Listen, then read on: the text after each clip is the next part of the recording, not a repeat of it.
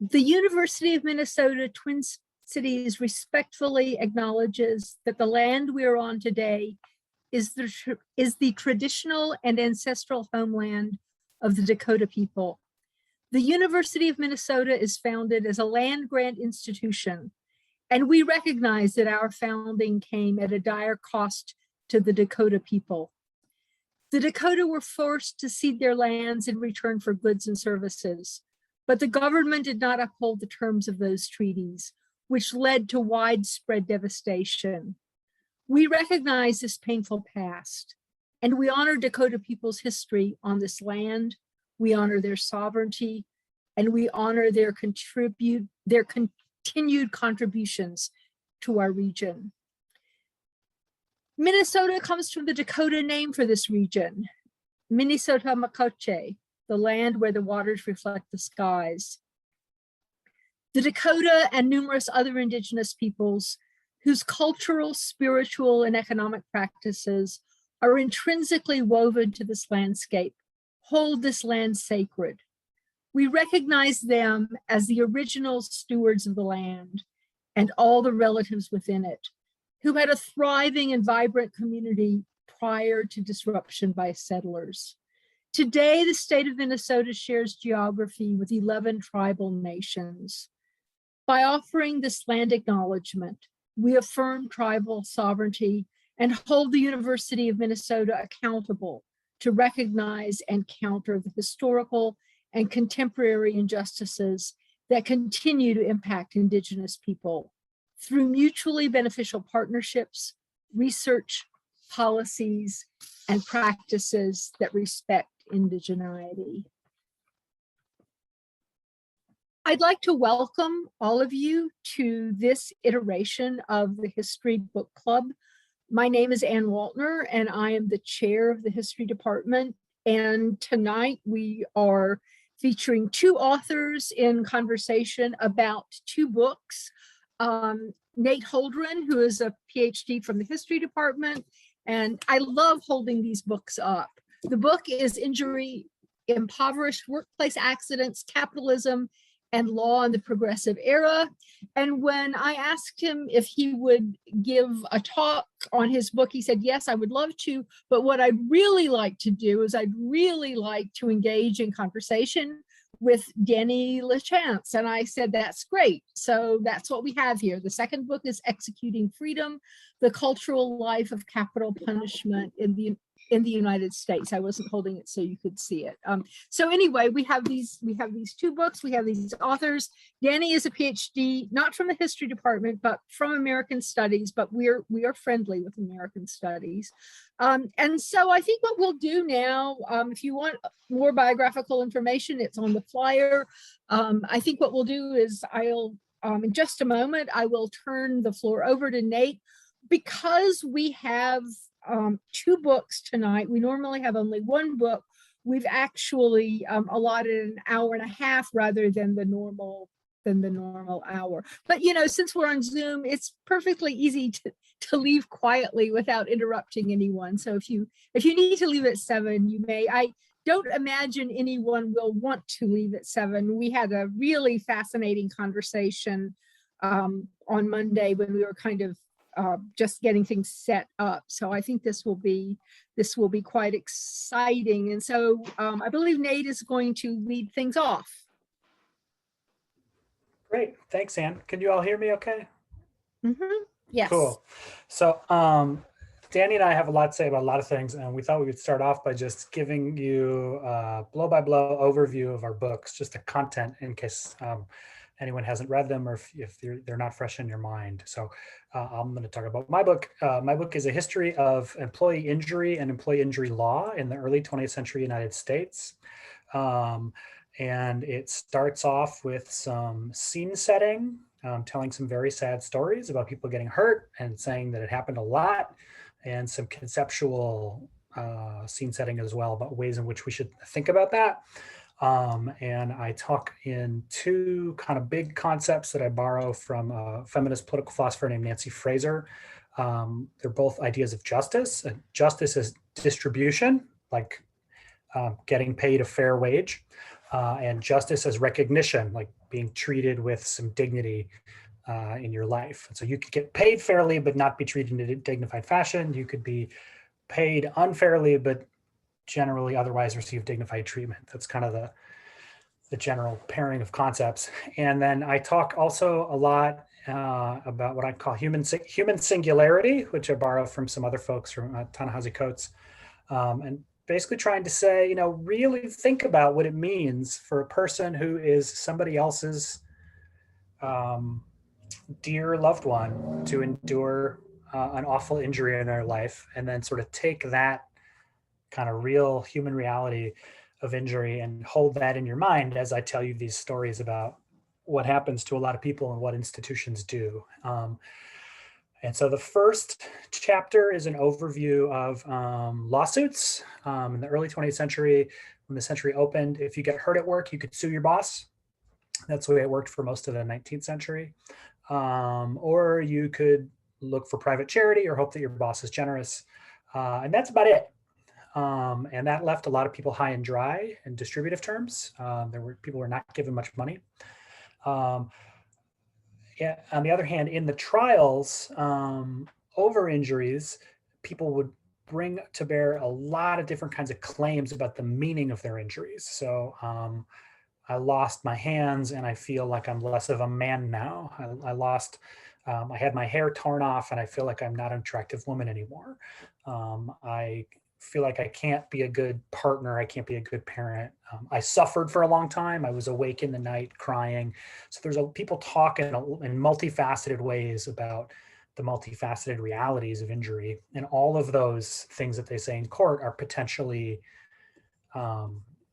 injustices the court can consider and it can do something about. So, but it leaves most people high and dry because the law, you still have to prove that someone was at fault. And a lot of injuries in workplaces, it's just that the machinery is dangerous and there's not really a fault. No one did anything wrong. That's one of the shifts that happens. You can do everything right. We're seeing this in a way right now with COVID. You can do everything right and still get COVID. You can do everything right at work and still get hurt. And the law was not set up to deal with those kinds of injuries. And there were increasingly more and more of those injuries in industrialized workplaces. And that gives rise to a conversation about, well, what do we do about those injuries? And quickly, that conversation becomes a matter of what do we do about ensuring continuity of income in the event of injury, rather than preventing injury or dealing with other kind of social facts. That injury will happen becomes taken for granted, and the problem becomes how do we make sure injured people get some money? And that leads to workers' compensation laws. And I talk about three main perspectives in the people calling for workers' comp. One that's really centered on justice for the injured, one that's centered on maintaining an orderly economy, and then one that's centered on minimizing costs to individual businesses. And the legislation kind of emerges out of the interaction of those three perspectives represented by different groups. And in my view, it's kind of a race to the bottom. The lowest common denominator starts to set the baseline. So by 1910, we get the first workers' comp laws that are successfully passed in the US in 8 states. By 1920, 42 of the 48 states have them. So it's a pretty rapid wave of legislative change. It comes state by state. And workers' comp means if you get hurt, you get a fraction of your wages for a certain number of weeks. So the problem of income loss is solved in a political sense. And then that's the first half of the book. In the middle, I have an interlude that tells what I hope are some really hard to read, kind of appalling stories about a mining disaster that happened. And I'd be happy to talk about why I did that. But basically the book, there's some technicality to it, things about legal technicalities and insurance technicalities and so on. And I wanted the middle of the book to sort of remind people that some of the bits that get dense and dry are dense, dry ways of talking about people being killed and suffering in horrible ways. So I have this interlude in the middle. And then the second half of the book is after workers' comp laws are in place. And briefly, what happens is disabled people, people who we would now call disabled, get pushed out of workplaces. So if we were all in person instead of online, and we were all in a glass bottle factory, this is my go-to example, and a glass bottle explodes and we all lose one eye, but I only had one eye in the first place, I've lost 100% of my sight. You all have lost one eye, but with binocular vision, you've lost 30 to 40% of your sight. So the law is written for a normatively able-bodied person, which is out of touch with reality, because about 10% of the workforce loses a body part at work over their working life in this era. So there's a lot of people who are missing body parts at work, but the law doesn't take that into account. So there's a series of lawsuits over the one-eyed guy who loses his only eye. Should that person get the same amount as the rest of you who've lost one of two eyes and lost 30% of your vision? Or should that person get the same amount as a person who lost both their eyes and was blinded? And over time, the second thing happens. So there's more money for the already disabled person who's injured, which is better on paper. And there is a greater respect for that person, but it makes people with disabilities a financially dangerous hire for employers, and they react really rapidly. And there's a series of processes that I talk about that have to do with some particulars of insurance and some of the particulars of the early days of the field of industrial medicine. But to make a long story short, very rapidly employers knowingly implement plans of medicalized employment discrimination. They just say, well, then in that case, we will ratchet up our standards for who's employable, and they push a lot of disabled people out of work at a time when there's basically no social safety net. So, and then there's a very angry conclusion about what this all means and why we should be mad about it. So that's my book in a nutshell. I'll pass it over to Danny. All right, thanks so much, Nate. And anyone who knows Nate knows just how characteristic it is. He's asked to give a talk, and he says, "I'd like to turn this into a conversation with another person who I've spoken a lot with over the years, and think about the ways that our books resonate with one another." So thanks, Nate, for your generosity, just so characteristic of you. So my book it's sort of centered around a really interesting political science finding that I came across pretty early on in my dissertation research in the American Studies program at Minnesota, and that is that Americans who distrust government in the 1990s and 2000s were statistically significantly more likely to support the death penalty than Americans who do trust government. And so on the surface, it's a contradiction. It's, why would, if you don't trust the government to do things like manage your tax dollars efficiently or run, well-oiled social services, why would you want to give them or trust in them to be able to put people to death? And so my book is in some ways answering the question of how did that position come to be? Why for many Americans was that not a contradictory position for them to hold, to really distrust government and support the death penalty? And then to sort of think about how the death penalty was legitimized through depictions of condemned people and depictions of the state that killed them after this kind of paradox became culturally common. And one of the important sort of dimensions here is that the finding is racialized, that it's white Americans in particular whose distrust of government really correlated with their support for the death penalty. And so the way I explain the paradox is to really think about what happens in the 1960s as the kind of Cold War liberalism starts to fracture and fragment. And I argue that the revival of the death penalty in the 70s was part of a larger repudiation of New Deal liberalism, and then the Cold War version of it that followed. And in particular, its idea that the government could and should make people healthy, secure, and morally good. And part of what the first part of the book, which is the more kind of diachronic change over time part of the book, is to sort of think about the origins of this distrust of government that became so kind of culturally endemic in the late 20th century. And I argue that it most famously comes from folks on the right, a backlash against welfare-oriented government that was seen as creating the very problems that it was purporting to be solving. So, for instance, the response to crime was a war on poverty, but conservatives felt that welfare-oriented responses to that social problem were creating a sense of entitlement. They were fostering a lack of personal responsibility in the culture.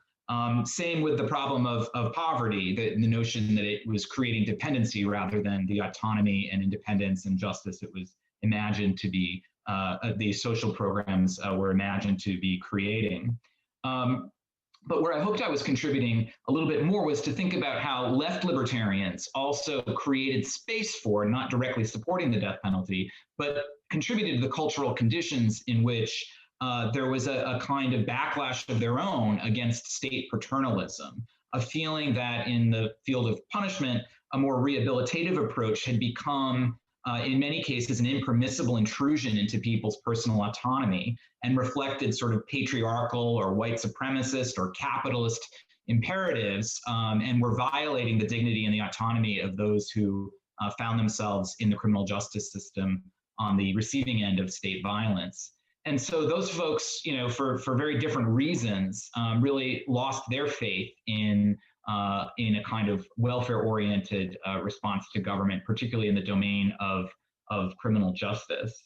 And so I argue that this backlash against, or this kind of lost confidence in the state really undergirds and reflects a libertarian version of freedom that became increasingly popular in the late 20th century.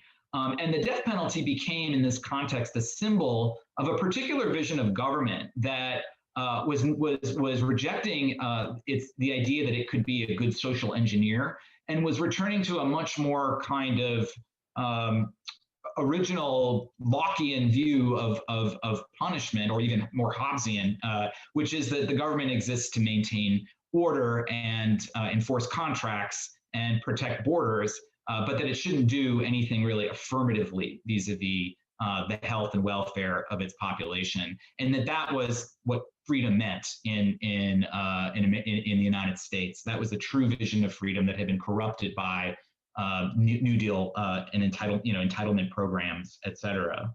So the book sort of moves in the second half to sort of think about how this idea or this argument about freedom perversely being at the core of support for the death penalty, a vision of American libertarian freedom, it takes 4 chapters to explore how popular representations of the state and the condemned reinforced both this kind of new cultural sense of freedom that had become dominant, that was much more of a hands-off vision of government.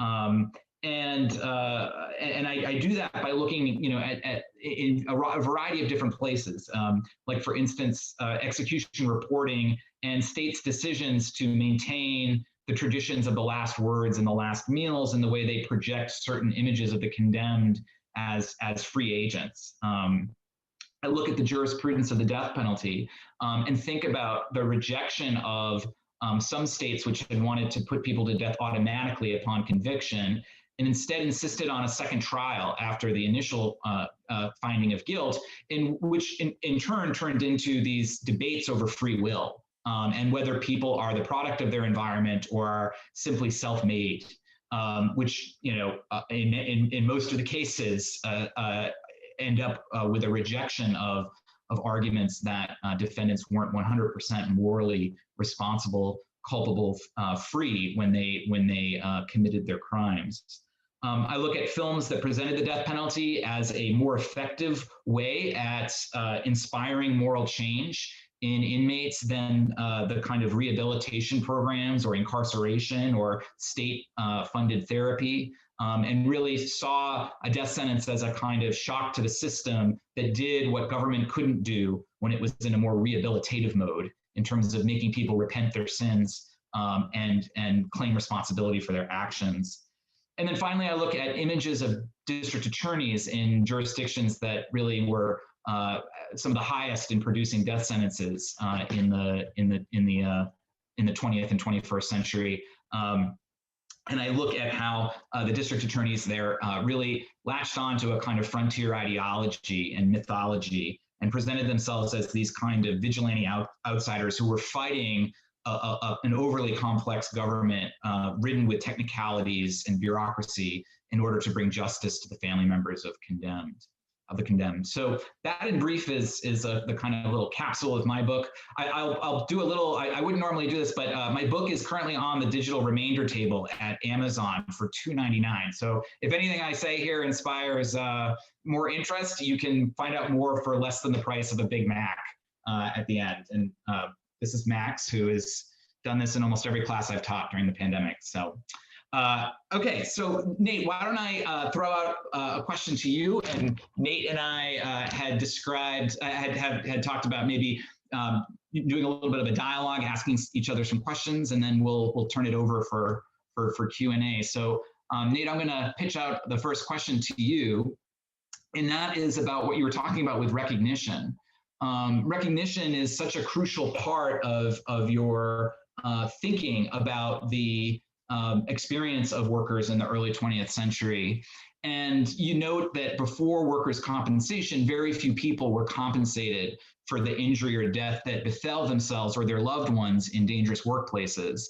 Those who beat the odds and got to have their day in court, though, not, they sort of had a chance to tell their story, to be seen, as you put it, as a fellow human being with dignity by the law in individualized terms.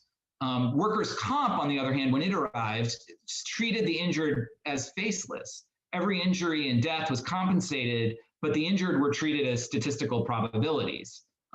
Compensation didn't follow the telling of their story in a public courtroom, but it became a formula that reduced them to abstractions on tables of body parts and injuries and hours worked, hourly wages.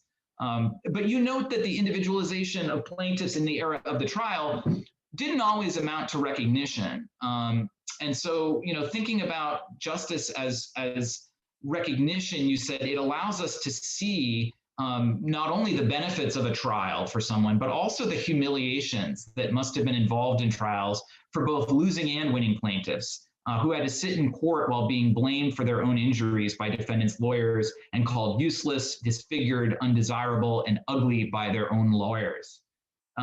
So it's clear that individualization is key here for recognition, but that individualization doesn't always lead to recognition in the era of the trial. And I'm wondering if you could talk a little bit about how and why and under what conditions does individualization in courtrooms produce injustice rather than justice in the history that you study? Maybe tell us a little bit more about that world where things could go wrong in the courtroom and one could be individualized but not recognized, not treated with dignity. And when is the individualization of persons, when does it become the enemy of dignity rather than, say, the guarantor of it, which I think ideally it is in the way you write your book about these plaintiffs?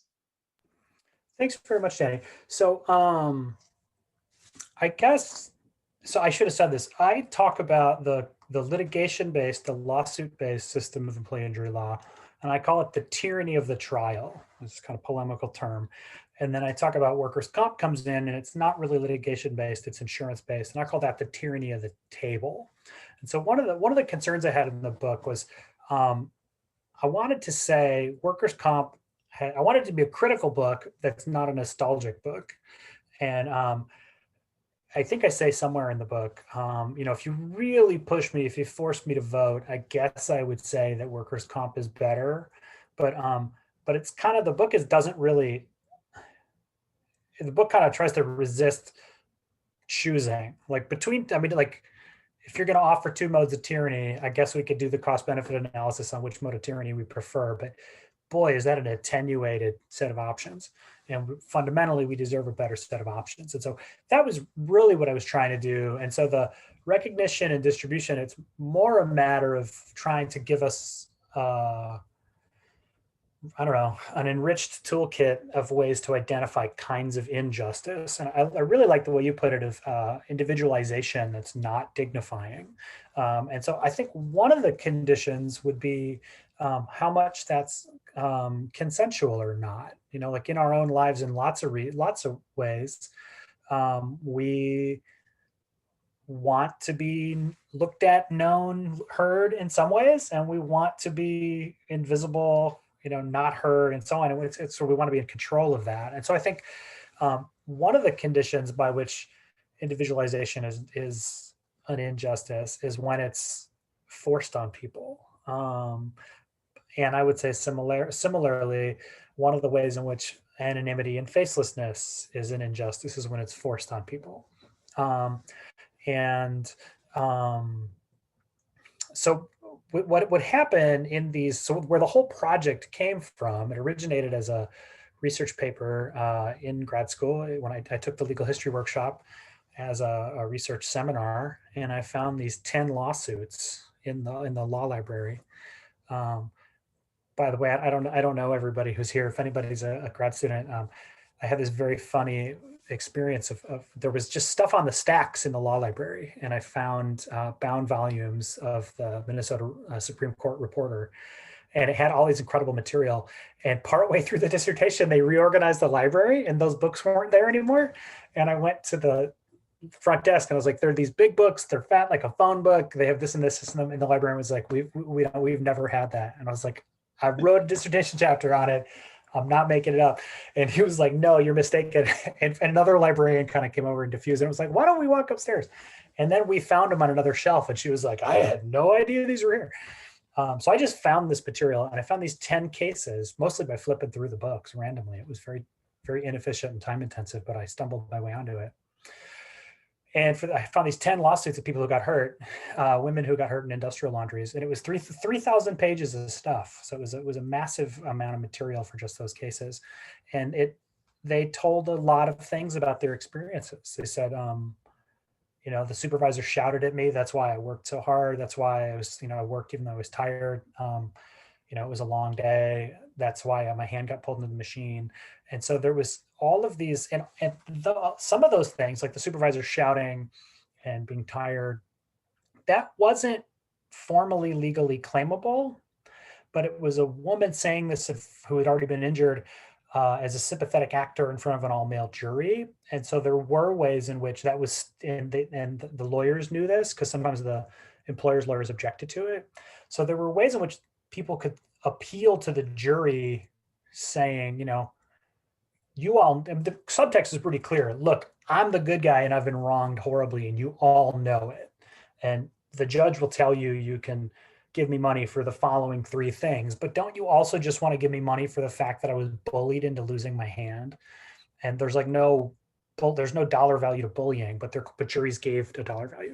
And so what I tried to, for me, what the justices recognition concept did is just is help get at ways in which there was room to maneuver and room to bring things in court. And the degree to which that was consensual, I think, is the degree to which it moves toward being dignifying. The degree to which that's compelled, because if you don't get any money, you're really out of luck, is the degree to, as you call it, this kind of individualization that's not dignifying, and I call it humiliating.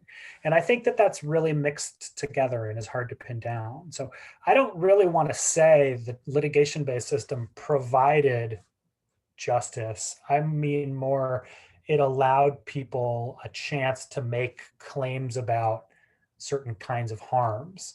And that fell out with workers' comp. And it's really there in the book to call attention to the falling out. And so the forced facelessness of workers' comp. And so it's partly there to, the trial stuff is partly there to kind of make workers' comp look strange, if that makes any sense. Totally.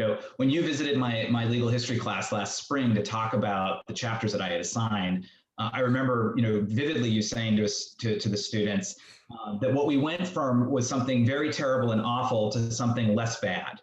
That this isn't a kind of progress narrative that you're taking on, or that you're presenting to the students, but that part of what was lost with the loss of the trial were these opportunities for individualized testimony that could give people a kind of recognition if, as you put it, it wasn't sort of the result of compulsion. But it was so striking to me reading your book, because in the world I study, of the victims' rights movement, and then the creation of this whole new phase of a criminal trial where defense lawyers essentially individualize their clients to try to get juries to be sympathetic towards them and not vote for a death sentence, and instead opt for life without parole in most cases. And what's so pernicious about a lot of those hearings is that juries will hear what defense attorneys present to them as mitigating evidence, like, for instance, evidence of injuries as children or as adults that affected cognitive functioning or behavioral impulse control that are very well documented.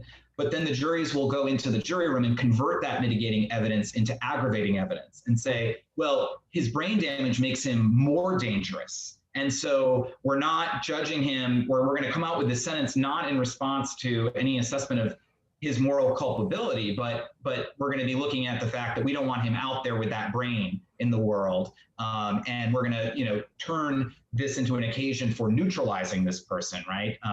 Rather than sort of thinking about them as an individual and thinking what's due to them justice-wise as an individual, whether they are candidates for mercy or mitigation.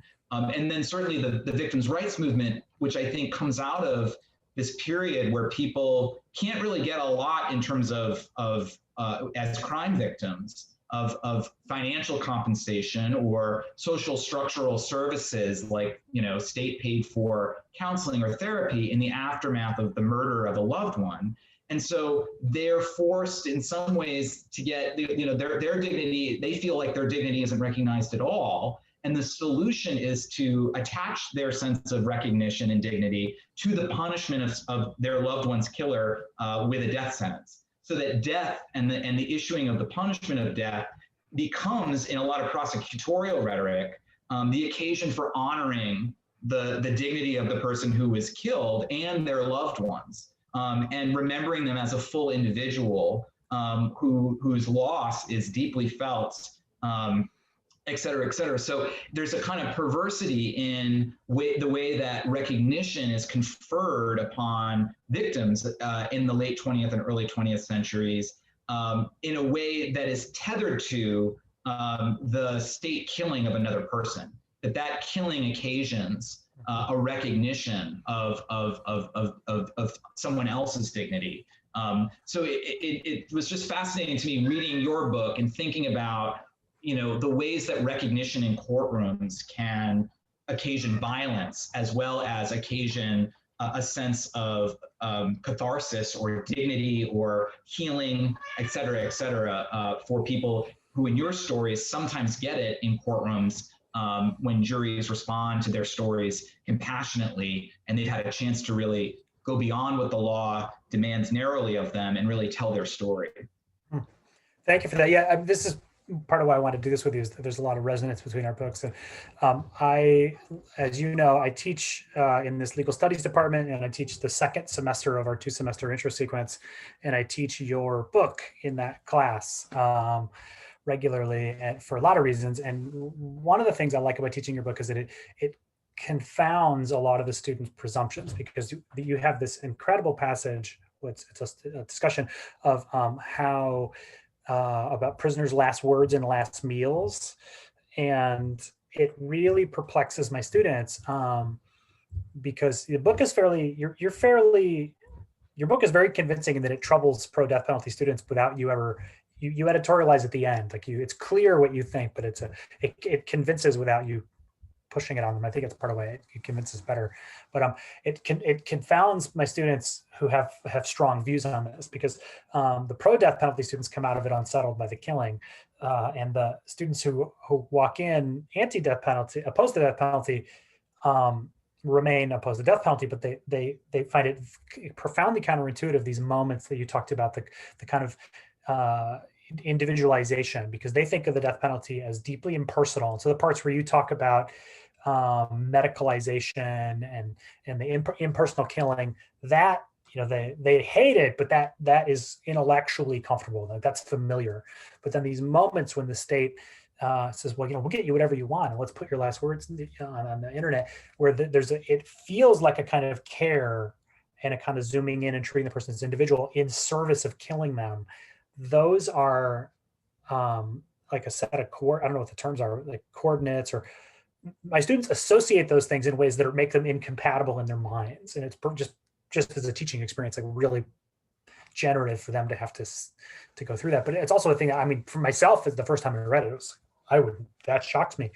And there's an incredible moment in one of the passages, you talk about a trial where the prosecutor, I mean, they're clearly just throwing anything at the wall and trying to see what sticks, but a prosecutor goes, this person is a product of society, they're just an object, which is sort of both, as you talked about, both the right-wing and left-wing critiques of kind of big government and so on, of like, well, we're individuals and we're not just effects of society. That's, that's profoundly recognition denying.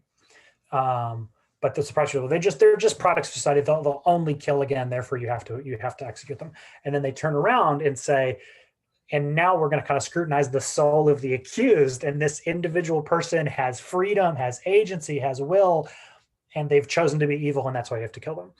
And a lot of my students are law school bound. And so this thing of, which is not news to us, but it's sort of lawyers want to win a case and they'll say whatever it takes so you don't have to be consistent. That surprises them. But also, again, this notion that that there is a sin, and you talk about some people on the right in your book who have a sincere commitment to the kind of moral dignity of the accused, according to which executing someone is holding them accountable and treating them as an individual, whereas warehousing them for life in a medical place, and seeing them as just a product, and they're they're just a puppet. That in a way that from that view, that's more disrespectful. And again, this gets it, your question at me of like the recognition, violence, recognition, justice, that the links between them are underdetermined and how they're institutionalized. And I do think that's a resonance between our books. Totally. So I wanted to just ask you, how did you come to write the book? I've heard you talk a little bit about this before, and I like hearing it. And also, now that I think the last time I asked you this, I don't know if I had written my book. Now I've written a book, and so now I have more of a sense of how that's an experience, and you come out the other side of it differently. So I'd be interested in hearing just how you wrote it, and what was it like to be you while you were writing it, and who are you at the end of it? Like, was it a transformative experience? Yeah, thanks so much for that. My dad was a criminal defense attorney throughout his career in Massachusetts, which is a state that doesn't have the death penalty. But if Massachusetts did have a death penalty, he was the defender for a lot of folks who would have been charged with it, the kinds of cases that he tried. And so, one of my formative moments growing up was there was just a terrible case. It was a terrible crime. The victim was a 12-year-old boy. There was at one of the initial preliminary hearings, my dad was accompanying the defendant who had just arrived, from the lockup up to the courtroom, and the father of the son who was the father of the boy who was murdered came up to them both and started shoving the defendant and screaming at the defendant and my dad, saying, "How can you defend this scum?" And it made the local news and the Boston newspapers, and it was a question that I got asked a lot as a kid. How can your dad defend these really evil, monstrous people? And it was something I had to really grapple with. And he had his reasons, and I had to kind of figure out my own. And so it drew me into the question or the problem of how we respond to evil, and the ways in which and the effects of the ways that we choose to respond to acts that we consider to be the worst of the worst. And so that sort of got me interested in criminal justice. And then, as a high school English teacher, I assigned, partly because I inherited someone else's course, In Cold Blood, and was just captivated by that text, and was always sort of interested in kind of the way that ideas about justice are not just the realm of philosophers, but that they're the stuff of popular culture. They're encoded into our everyday ordinary interactions with one another, and of course they're subtly and sometimes not so subtly in so much of what we consume and read and whatnot. So I really wanted to write a book that was able to kind of put the kind of cultural life of the law and the cultural life of justice into conversation with the actual nitty-gritty nuts and bolts jurisprudence of the death penalty, and also the kind of actual bureaucratic way in which the death penalty operates. Because one of the great ironies that I really try to point to in my book is this real difference between the way ordinary Americans who don't have any sort of connection to and are lucky enough not to have any connection to a capital case, how they're taught to or invited to think about the death penalty, and then the actual experience of people who are in that system, not just as defenders, but as prisoners, as wardens, as guards. And the two kind of could not be more different, right? That we have these very dramatic notions of punishment and redemption and retribution that we're invited to think the death penalty provides, and catharsis for loved ones, closure. But the reality of the system that ultimately puts people to death is just so different, right? Most defendants are never put to death. 10,000 sentences, about 1,500 executions since 1977, because of our the due process and the super due process that's applied in these cases. And when they are put to death, it's nothing like the kind of romanticized visions in movies like Dead Man Walking or on television shows where the condemned is, gone through this moral journey and comes out, at the day of execution, sort of prepared for the end, and that it's almost, in some of these films, the best thing that ever happened to them, right? It's perversely constructed as that. In fact, these men and sometimes women, but in the modern era, the vast majority of the condemned are men. They are institutionalized, and their deaths are made to look like medical operations, people going under anesthesia. There's nothing retributive about the death itself. It's this sort of sterile, sanitized, procedure that doesn't match the movie's version of what an execution is at all. And so that sort of the way in which that there's this clash between our cultural imaginings and then the kind of legal and material reality of the death penalty.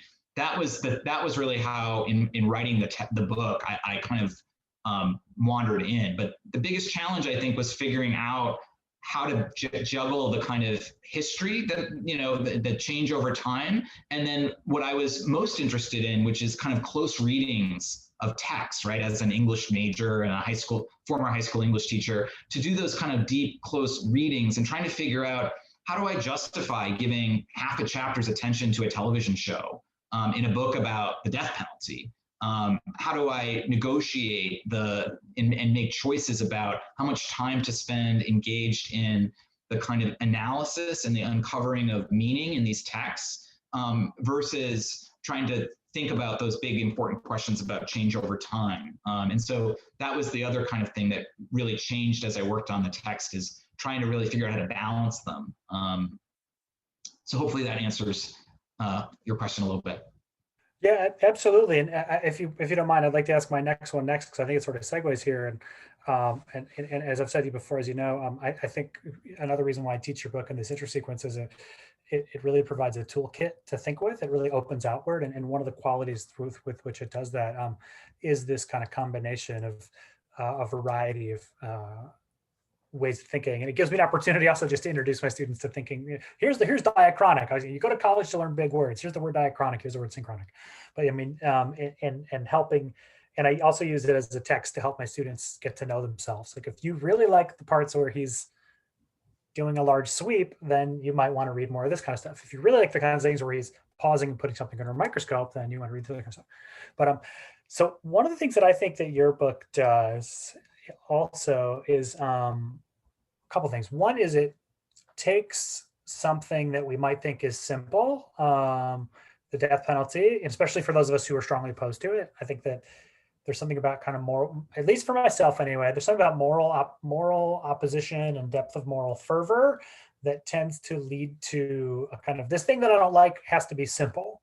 And you really show this complex machinery and the thought processes. And the other thing that's really cool is your book elevates, different novels and film. Like there's all these forms of thinking about fundamental philosophical question: what is justice? What is freedom? And I had a student actually just this spring, I don't think I've told you this, who I just supervised her honors thesis. I had her as a first year student and she just graduated.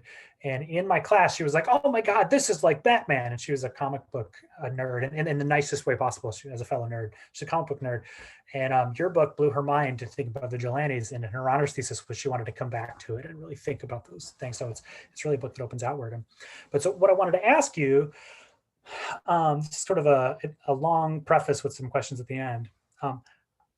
In some ways, like obviously we're both legal historians and we both do some policy stuff as well. So there's some obvious similarities, but if you set that aside, I could imagine people looking at the thing today and, and reading the backs of the books, and, oh, these are really different books. Like if you look at the source base, so you have things about novels and films and television, and you examine the last words and last meals of prisoners and what happens, the specific procedures through which executions get organized. And my book talks about muckraking journalists and treatises by economists, business records, insurance at tedious length, medical forms. And so arguably those sources put the books in different subfields. But I think that our books are actually really similar in the way that we do history. And as I said to you in the initial email when I asked you to do this with me, I think that there's a very similar set of moves and preoccupations that the difference of sources just doesn't make apparent at all. And the way I think of this is that we both examine how people think, and we do that in lots of social settings, and we examine how thinking articulates with power and institutions. And I feel like this is something that I learned how to do partly from reading your book, because you're a few years ahead of me, and from some other fellow Minnesota alumni. I'm thinking particularly of Margot Canaday and Kaylee Horan. I've still not read her book, but I read her dissertation very closely, and it's all over my book. And of course, from lots of faculty in the department. So I would be interested in hearing you, since, like I said, I feel like I learned it from, Kaylee was a mutual friend, but when I first met you, you were Kaylee's friend, Danny, at first. And so I would be interested, as some of the people I learned this from, in hearing you kind of talk about that approach to history and how you came to do it, and to what degree it's self-conscious, or if it was just a thing you found yourself doing. Like, did you choose to do this, or did you stumble into it? And I'm curious, is this just how Danny LaChance is as a historian for the rest of your career? Do you think you're going to do something different? Yeah, thanks, Nate. That's a very existential question you asked. I think the thing I often struggled with in graduate school, being in an interdisciplinary program, was questions of method, questions of, how do I, one of the things that was liberating about American studies was, you can borrow from all these different places, but all these fields have really different approaches to answering questions. And so trying to figure out, how do I write about what I want to write about, answer the questions I want to answer, when there's not the kind of disciplinary guidance about what one does when one has a question. What do you do next? And so I think I was really lucky to work with folks like Barbara Welke and Elaine Tyler May and Larry May, who all sort of modeled, the ways that you can write under something that's recognizable as history, but also not feel kind of bound to always needing to kind of prioritize the kind of traditional archival spend days in the archive and then go to the next archive. And so I think a part of it was happenstance. It's just, being in this like choose your own adventure PhD program, which was really frustrating at times, like incredibly frustrating at times. But then the freedom of that was getting to kind of take classes. I took a political theory class from Mary Dietz, who was here at Minnesota at the time that just totally helped me re-see and think, and ask questions about power.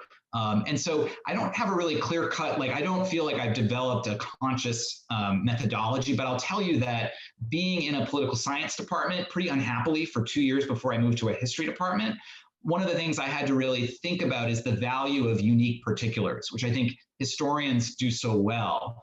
Because I always felt a little bit like I was too schematic for historians, but also I cared too much about the empirical things for the high theory folks in the cultural humanities, but also the folks who are running regression analyses in sociology and political science.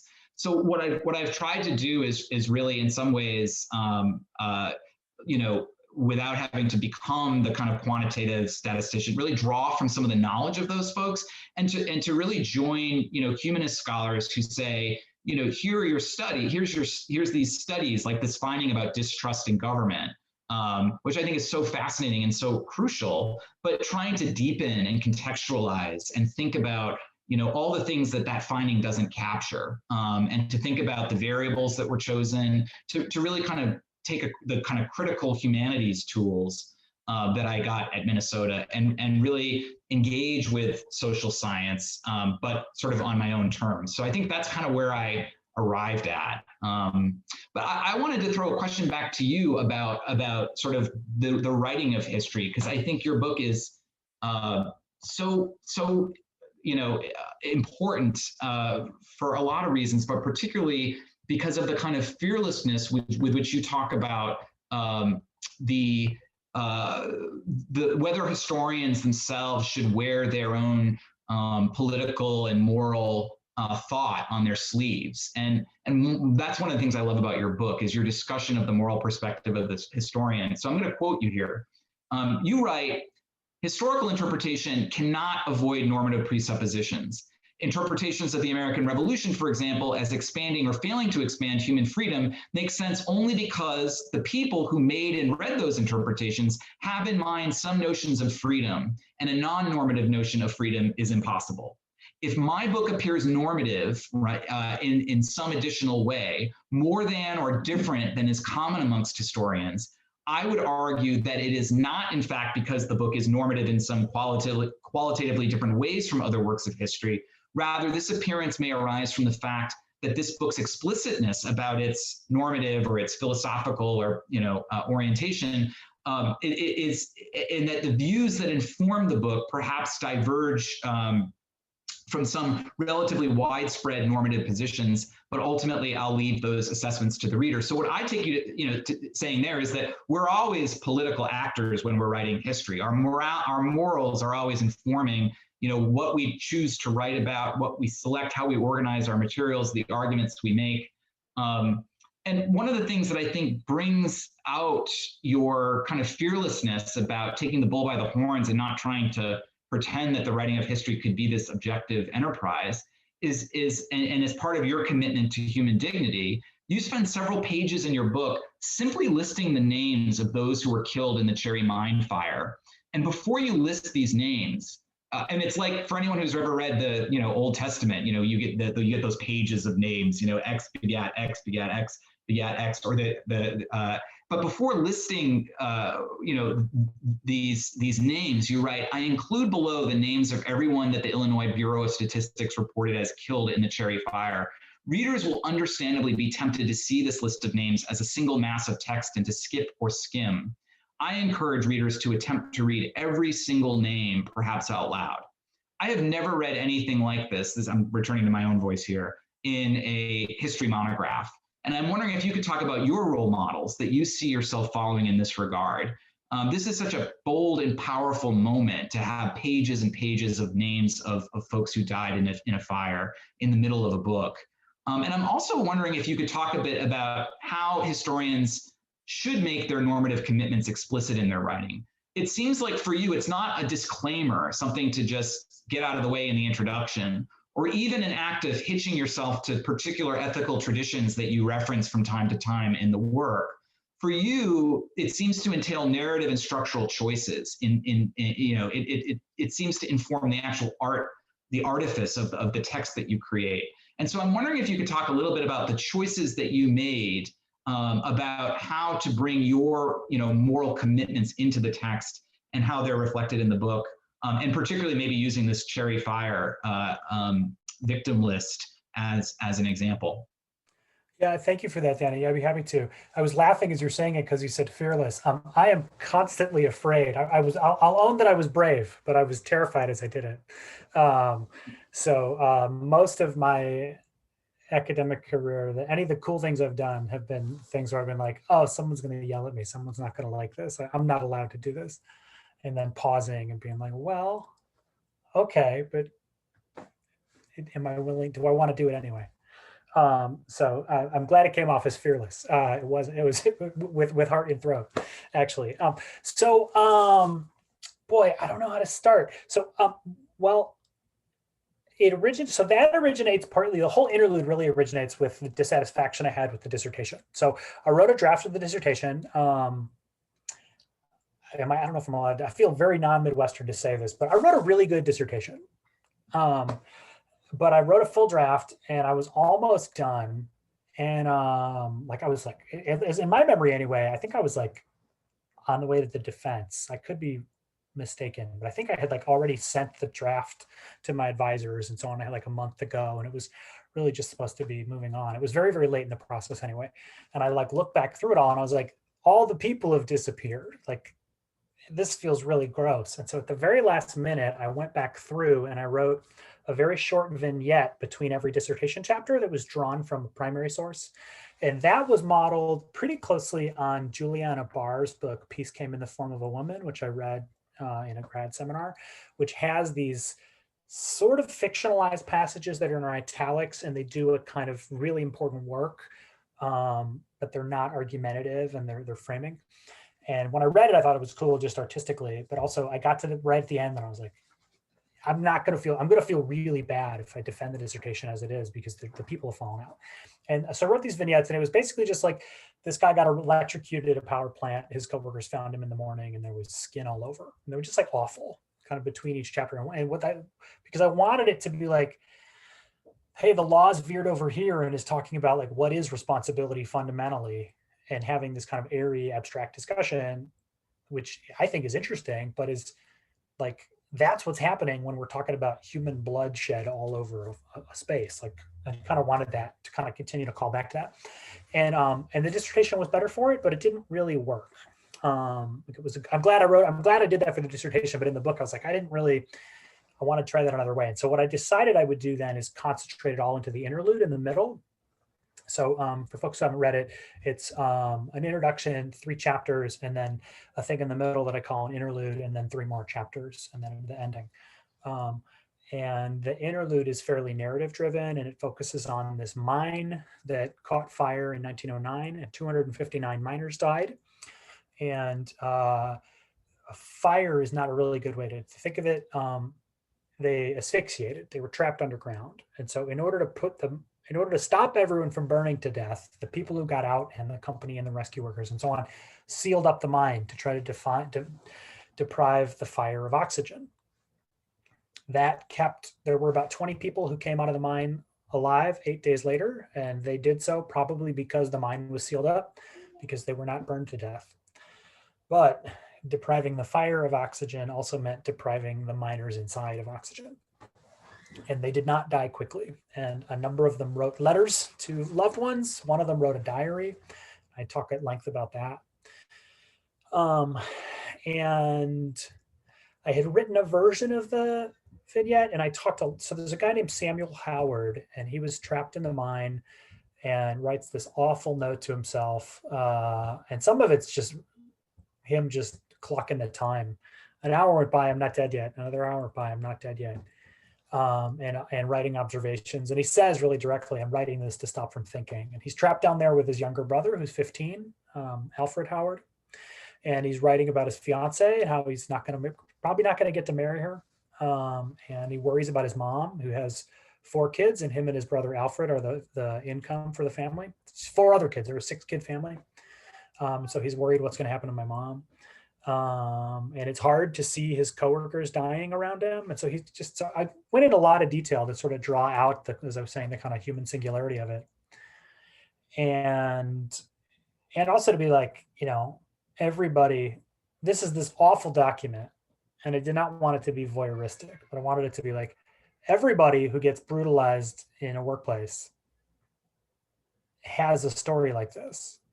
Very few of them get written down. But I felt funny, where I was like, I'm giving Sam Howard a lot of space on the page, and I'm not even mentioning the names of 257 of the other miners. So we have Sam Howard and Alfred Howard. So I was like, well, I'm just going to say the name of everybody there, because it doesn't feel right to not do that.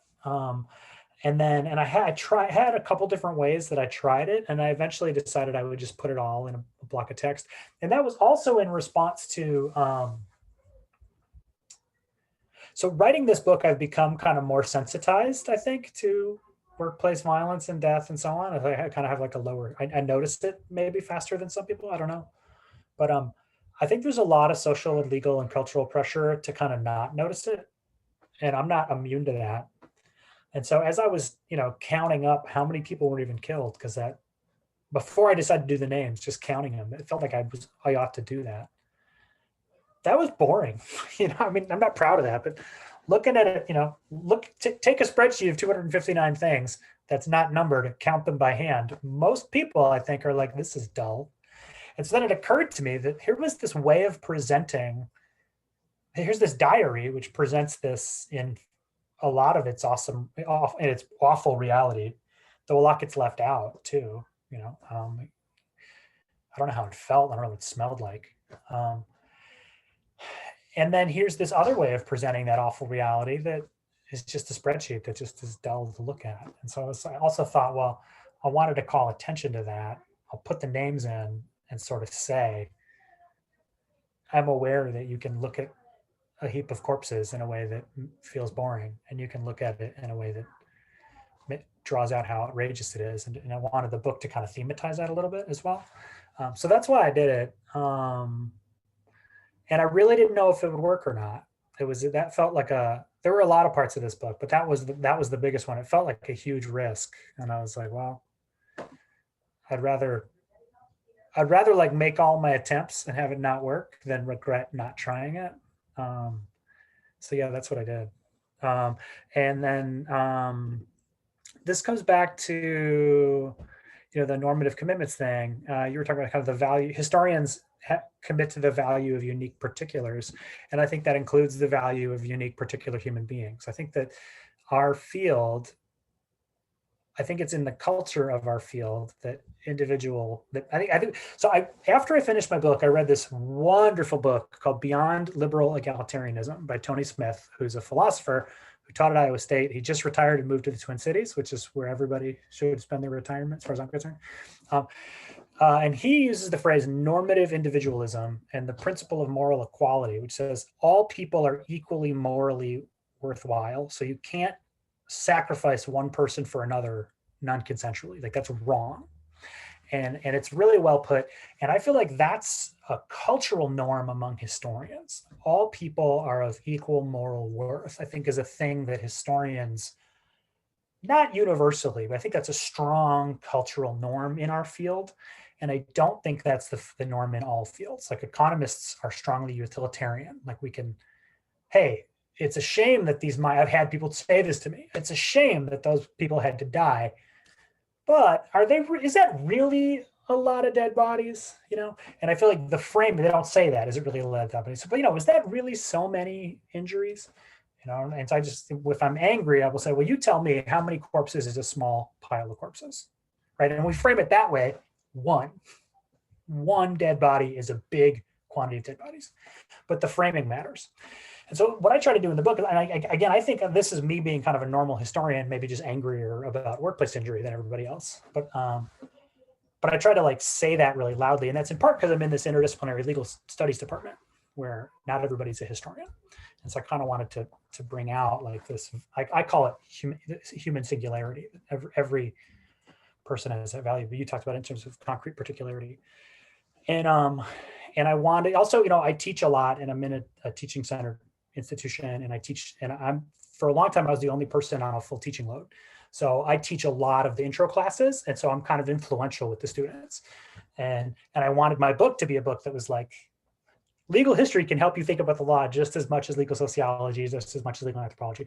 And so that was some of that was being really explicit, was for that audience, in ways that I hope made it a better book. But I think that for historians writing for historians, I think some of the time it's understandably kind of like, we all kind of get this at a gut level, so we don't need to say it.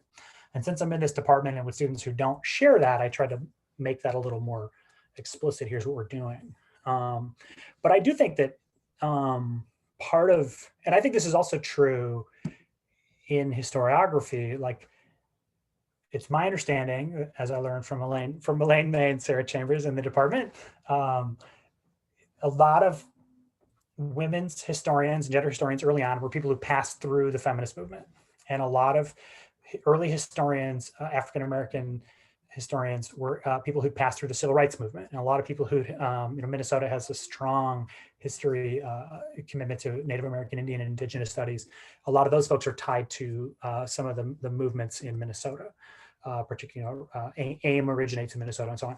And so I think that people who come into the academy through social movements are partly coming in kind of enrolled in moral communities. And so I think that our field is kind of has these moral sensibilities and has also been repeatedly enriched by kind of influxes of people who are tied to different kind of moral communities, tied to movements. So I think that's also just a piece of what it is to be a historian. I tried to say it really loudly. I think the only reason, one of the reasons I think my book looks weird, the other thing I'll say, and I'll shut up, is I think I say things about workplace injury and employment that if I almost wrote a dissertation on slavery, and it was very, very close.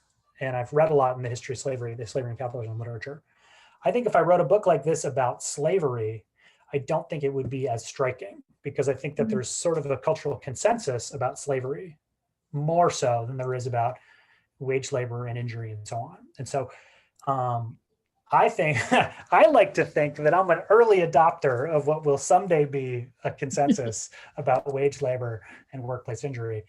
And so that was another influence, is that, the things I say, like, of course, every injury is an outrage. Like everybody would say, of course, every injury suffered by, most people would say, of course, every indignity suffered by an enslaved person is an outrage because slavery is outrageous. I'm a Marxist. I think wage labor is outrageous. So every indignity that we suffer in our jobs is also an outrage. I'm right about that. I have a hope that in the long run, history comes to agree with me. The course of human society comes to agree with me. But I think that's also part of why it looks weird. And I think it's actually less weird than it looks like, because I'm just an outlier from a current dominant view. Most people take the economy as fundamentally valid and wage labor is fundamentally valid. We don't anymore with slavery. But I sort of just transferred things slavery historians said about plantations into, that's how I thought of it anyway. I hate to interrupt you, but we have many, many questions. I was done. Okay. So I'll start with a question from Patricia Lorsan to Danny. Where does catharsis end and revenge begin, or vice versa? Death penalty cases make the difference very murky. Yeah, I think one of the things that really strikes me in the literature on capital punishment is how it was justified as something that would provide closure or catharsis or healing for the family members of victims via revenge. That revenge was this prerequisite to getting that sense of closure.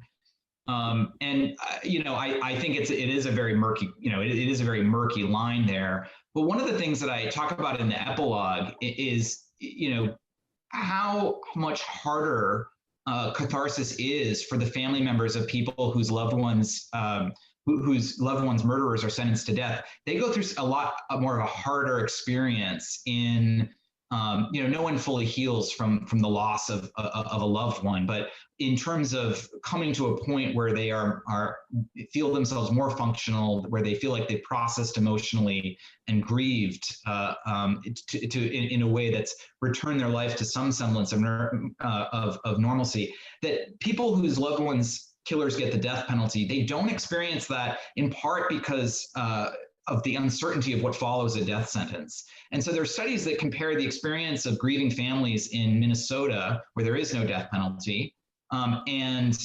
Texas, where of course is the #1 user of the death penalty, that shows that years after a death sentence, or years after in Minnesota, a life sentence to prison, the folks in Minnesota are doing a lot better. I mean, no one ever, like I said, fully recovers from those kinds of losses, but that they're able to move on in some fundamental way that that a death sentence really just creates this waiting, and it's really hard for those folks in Texas to because the case is still active in a way that it's not in Minnesota. So I think that there's a way that shows us, and certainly I don't want us to underestimate how draconian a life without parole sentence is, which Minnesota, like many states, imposes for these sorts of crimes. But I think there is a way that certainly catharsis is not always dependent on revenge or a kind of eye for an eye version of revenge, and in fact may be impeded by it. I mean, I think there's so much great fiction that talks about how revenge becomes it's a need, an emotion, an experience that promises a satisfaction, that promises to end pain for the person who's been wronged, but often ends up becoming an end in itself that harms and dements the person experiencing that desire more than it allows them to heal. Thank you. The next question is actually for both of you. And it's from Earl Ross, who actually also commented earlier that he loved the naming of the invisible. The question is, could you return to the ideas of recognition and how this notion is calibrated with those who are racially marginalized? I would suspect that the dynamics that you both spoke of operates differently. Danny, you want to go first or shall I? Why don't you take it first, Nate? Sure. So I think that there's a couple different things to say. So one, in the time period that I look at, my book mostly stops by the late 20s. A lot of the states in the South had not adopted workers' comp yet, and they still had a number of laws to keep the local African-American population largely captive. And so a lot of the people who I look at who fall, also in most states, maybe all states, workers' comp laws did not include, at first anyway, did not include agricultural or domestic workers. And I think it's something like 80% of African Americans were in those two industries prior to 1930. So a lot of African American workers do not fall under workers' comp. So there's a kind of whitening of the population my book is about due to a variety of things, which I suspect are all about racism. But I wasn't able to get into it in the book because I was running out of time to get tenure. So that is a thing in future work I'd like to talk about why that happens. But in terms of recognition, I think that so my book is really about denial of recognition within injury law. I think you're absolutely right that as a broader category, this is going to play out in really complex, in racist ways.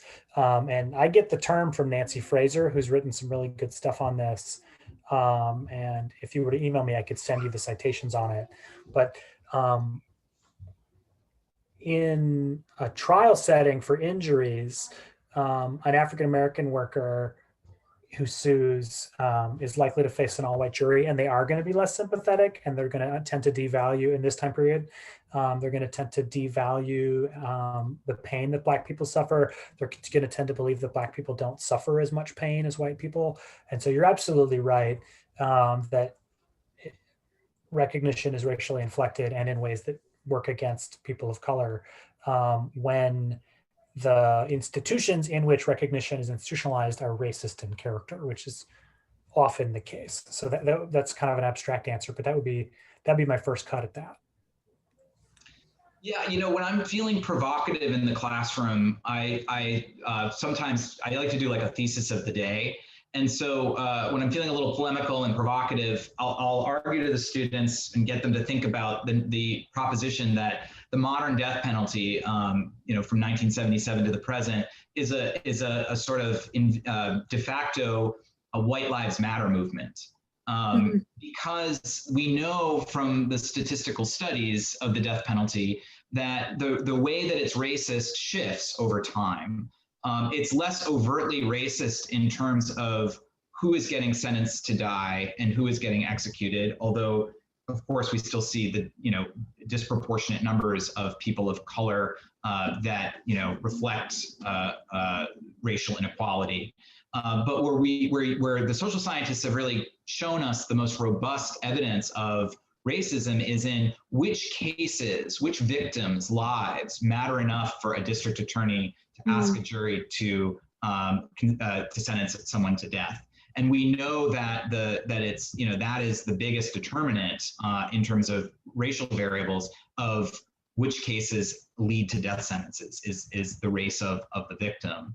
So, given the way that the victims' rights movement and the defense of the death penalty was framed as this kind of antidote to a callous, indifferent, bureaucratic state where nobody really cared about ordinary people and criminals got all the rights and criminals got all the recognition, right? The death penalty, by centering the victim in the discourse of those that promote the death penalty, has really emphasized the indignities of victims and the way that the death penalty is a conferral of dignity onto people who've been callously ignored by the state. And so I think what we see is recognition here really working in a racialized way in the modern period because of the capital cases, the choices that prosecutors make about which cases they're going to pursue the death penalty in and how disproportionately white those victims are.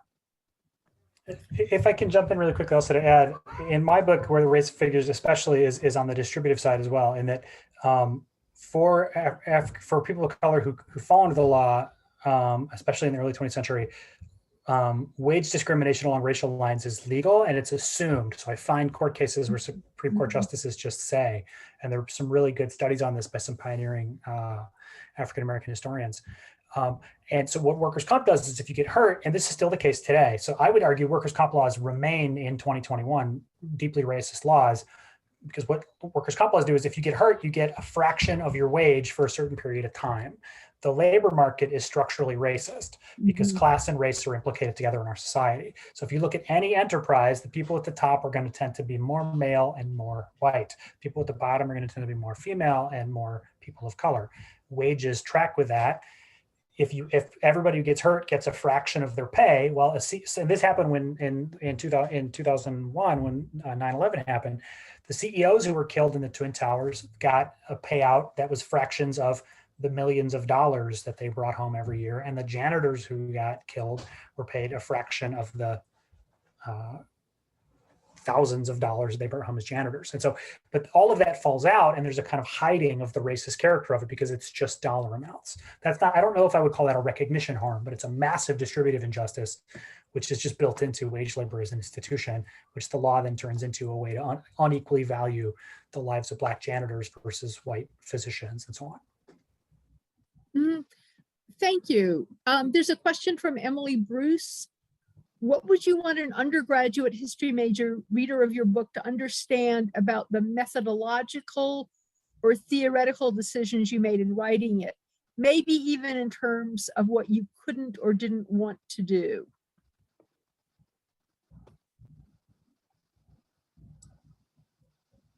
Nate, you want to go first? Okay. I guess the number one thing that I would want an undergraduate to know is that it's okay to not know what you're doing until very, very late in the process and to write and to write scared, because for me, it always comes together very, very late.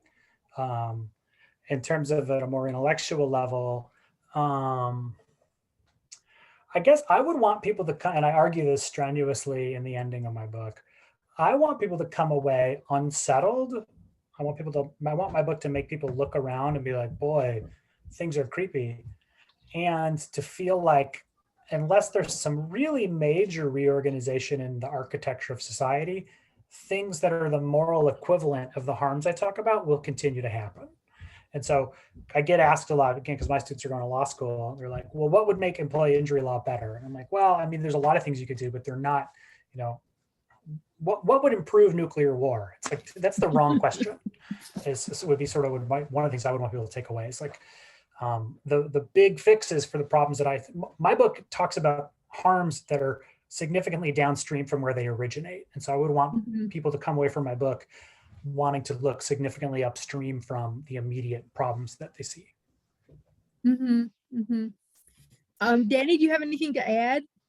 Yeah, I totally echo what Nate says about the process of writing. I often quote when I'm working with students, Joan Didion, who says, "How will I know what I think until I start writing?" And that, you know, that you have to kind of, that it's a long process, and you know, sometimes it's important to write before you feel ready, because otherwise you'll never write at all. But I think in terms of broader theoretical, maybe philosophical things I'd like them to take away from my book, I really want them to come away realizing how much their ideas about criminal justice are formed through mass culture, and to see the gap between their position, you know, for those undergraduates, which, you know, are usually the majority of the ones I've taught, who have been lucky enough not to have contact with the criminal justice system as a defendant, to just to appreciate the chasm between what it means for them to be what one scholar calls penal spectators, sort of looking, you know, from afar on this act of massively caging human beings and putting a fraction of them to death, and to not, you know, and what they're taught to think about and what they're asked to think about and imagine about that, and to sort of help them to really be critical and suspicious of what they're of how they have been sort of raised in a culture that thinks about the prison and thinks about the death penalty in a way that just doesn't comport to the realities that I hope the book, you know, at least points them towards. Yeah, thank you. Thank you both. When I was looking over the list of attendance, I saw at least one of my graduate students who's now finishing up a dissertation. And I think the advice, don't be afraid to write scared, is very good advice. I think we have time for one more question. And this is another question from Earl Ross to both of you. Both of your books touch on policies of state.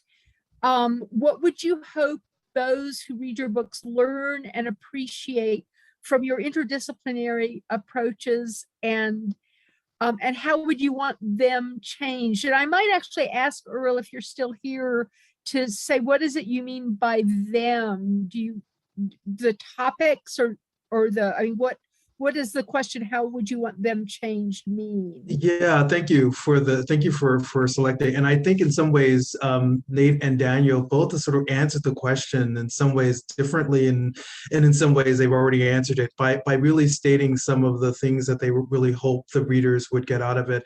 I was actually thinking more along the lines of and again, it gets in, I think Emily talks about this idea, we want solutions. We always want solutions.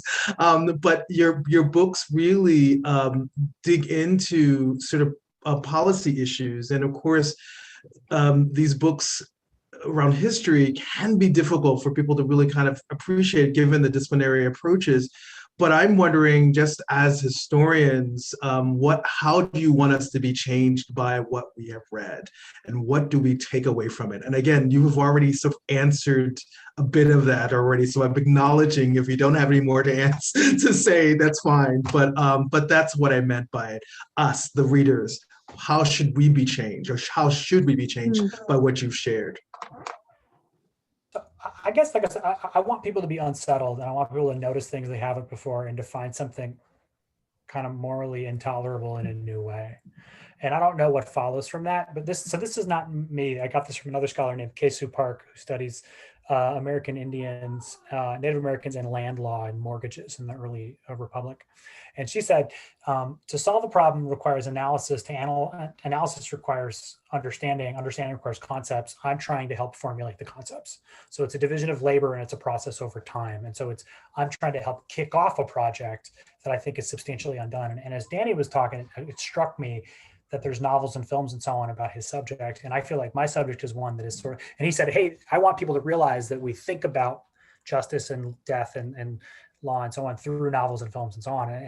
And the book succeeds. You should all buy it you should buy it on paperback, not on Amazon, but you should all buy his book because it succeeds. But it struck me as he was talking that I feel like my subject is one that is like unthought. And so that would be a thing, is like, I want people to think about this stuff because I feel like we're invited to never consider it.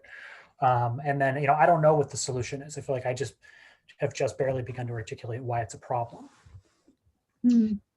I would just add that, one thing I echo Nate's, point about, unsettling. I think one of the things that I try to show is how easily, violence is justified under the name of values that make most of us feel warm and fuzzy when we hear about them in the abstract, like freedom, dignity. These are all kinds of positive values that I aim to show we have to be really humble about deploying when we're talking about the use of state violence, and to call attention to the fact that so much state violence has been legitimized by appeals to positive emotions and not just our kind of repressive, vengeful desires that we can consciously see are potentially problematic. Yeah, thank you. There were still some more questions we didn't have time for. I think we are now out of time. I'd like to thank everyone who came. I'd like to thank Danny and Nate, and I'd like to give a kind of a preview of coming attractions. I believe that in fact, I know for a fact that Kaylee Horan's book was mentioned. She will be speaking. We haven't picked a date. I think it will be late March. She'll be speaking about her book. And the next several people we have speaking are actually former graduate students from more or less your cohort. And I believe one of them is still in the audience. September 22nd, Katrina Phillips will be talking. Her book is Staging Indigeneity, Salvage Tourism, and the Performance of Native American History. On October 20th, Emily Bruce, who I think is here and formulated some questions, she will be talking on her book, Revolutions at Home, The Origins of Childhood and the German Middle Class. And she will be engaging in conversation with Mary Jo Maines. And then on November 10th, Jessica Namakkal will be talking about her book, Unsettling Utopia, The Making and Unmaking of French India. And she will be in conversation with Ajay Scaria. So we have there are many things that we don't know about fall, but I think we know that the History Book Club is going to continue. We will be online and we will be featuring the work of very smart people in very good conversations. Clayton has put in the chat how you can register for the next book club event. And he's also put in the chat a place where you can support, give to the history department. And again, I think these were both such interesting books and such interesting conversation. And I've said this to Nate a couple of times that, I think one of the things that I've been thinking about a lot lately is what do our employers owe us in the way of safety? That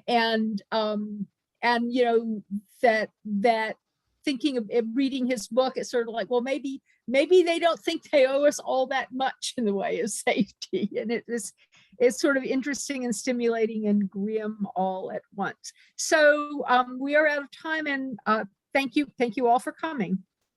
Thank you very much. Thank you all. This was really fun.